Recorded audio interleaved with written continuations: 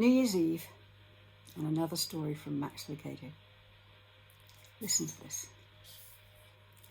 A few nights ago, a peculiar thing happened. An electrical storm caused a blackout in our neighbourhood. When the lights went out, I felt my way through the darkness into the storage closet where we keep the candles for nights like this.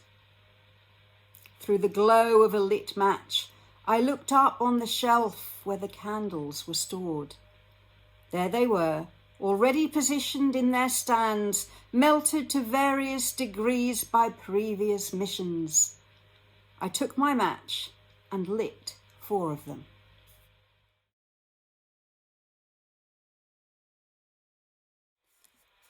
How they illuminated the storage room. What had been a veil of blackness suddenly radiated with soft golden light. I could see the freezer I had just bumped with my knee, and I could see my tools that needed to be straightened out. How great it is to have light, I said out loud, and then spoke to the candles. If you do such a good job here in the storage closet, just wait till I get you out where you're really needed. I'll put one of you on the table so we can eat. I'll put one of you on my desk so I can read. I'll give one of you to Denelyn so she can cross-stitch, and I'll set you, I took down the largest candle, in the living room where you can light up the whole area. I felt a bit foolish talking to candles, but what do you do when the lights go out? I was turning to leave with the large candle in my hand when I heard a voice. Now hold it right there. I stopped. Somebody's in here, I thought. Then I relaxed. It's just Denelyn teasing me. Okay, honey, cut the kidding, I said in the darkness. No answer. Maybe it was the wind. I took another step. Hold it, I said. There was that voice. My hands began to sweat. Who said that? I did. The voice was near my hand. Who are you? Where are you? I'm a candle. I looked at the candle I was holding. It was burning a strong golden flame. It was red and sat on a heavy wooden candle holder that had a firm handle. I looked around once more to see if the voice could be coming from another source.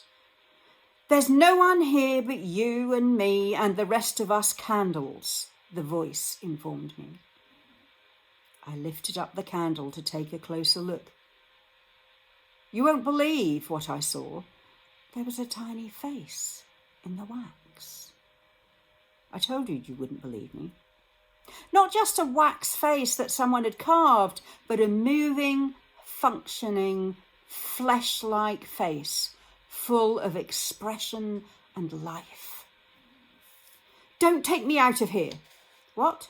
I said, don't take me out of this room.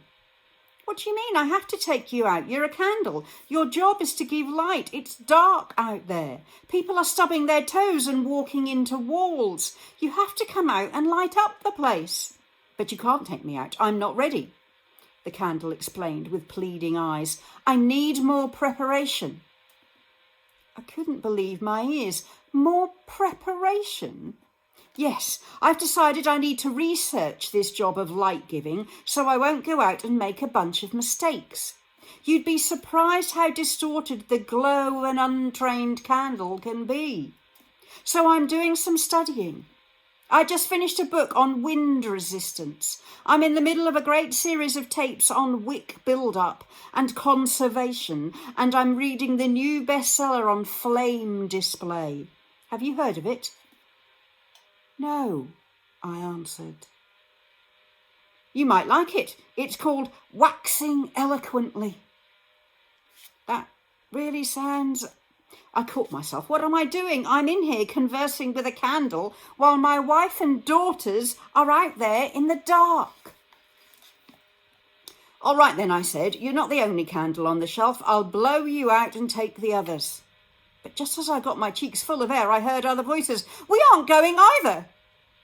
It was a conspiracy. I turned around and looked at the 3 other candles, each with flames dancing above a miniature face.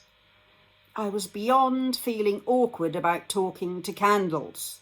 I was getting miffed. You are candles, and your job is to light dark places. "Well, that may be what you think," said the candle on the far left, a long, thin fellow with a goatee and a British accent. "You may think we have to go, but I'm busy." "Busy?" "Yes, I'm meditating." "What? A candle that meditates?" "Yes, I'm meditating on the importance of light. It's really enlightening." I decided to reason with him. "Listen, I appreciate what you guys are doing. I'm all for meditation time, and everyone needs to study and research. But for goodness sake, you guys have been in here for weeks. Haven't you had enough time to get your wick on straight?" "And you other 2, I asked, are you going to stay in here as well?" A short, fat, purple candle with plump cheeks that reminded me of Santa Claus spoke out. "I'm waiting to get my life together. I'm not stable enough. I lose my temper easily. I guess you could say that I'm a hothead." The last candle had a female voice, very pleasant to the ear. "I'd like to help," she explained, "but lighting the darkness is not my gift." All this was sounding too familiar. "Not your gift? What do you mean?" The last candle spoke once more. "Well, I'm a singer. I sing to other candles to encourage them to burn more brightly." Without asking my permission, she began a rendition of "This Little Light of Mine." I have to admit, she did have a good voice. The other 3 joined in, filling the storage room with singing. "Hey!" I shouted above the music. "I don't mind if you sing while you work. In fact, we could use a little music out there." They didn't hear me. They were singing too loudly. I yelled louder. "Come on! There's plenty of time for this later. We've got a crisis on our hands." They wouldn't stop. I put the big candle on the shelf and took a step back and considered the absurdity of it all. 4 perfectly healthy candles singing to each other about light, but refusing to come out of the closet. I had all I could take. One by one, I blew them out. They kept singing to the end. The last one to flicker was the female. I snuffed her out right in the puff part of "Won't Let Santa Puff Me Out." I stuck my hands in my pocket and walked back out in the darkness. I bumped my knee on that same freezer. Then I bumped into my wife. "Where are the candles?" she asked. They won't work." "Where exactly did you buy those candles anyway?" "Oh, they're church candles. Remember the church that closed down across town? I bought them there." Suddenly, I understood. It's New Year's Eve.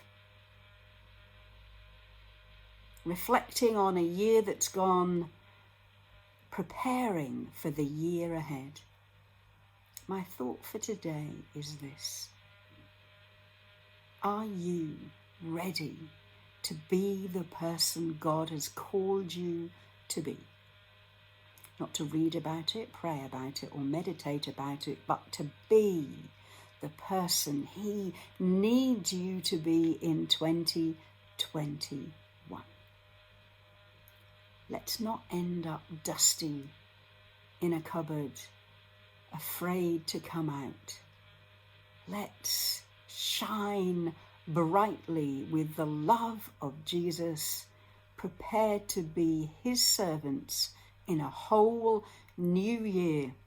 Not just the way we've always done things, not just the shape that we've been for 2020, but ready to become whatever God needs us to become. Are you ready? I'll see you in 2021. Bye.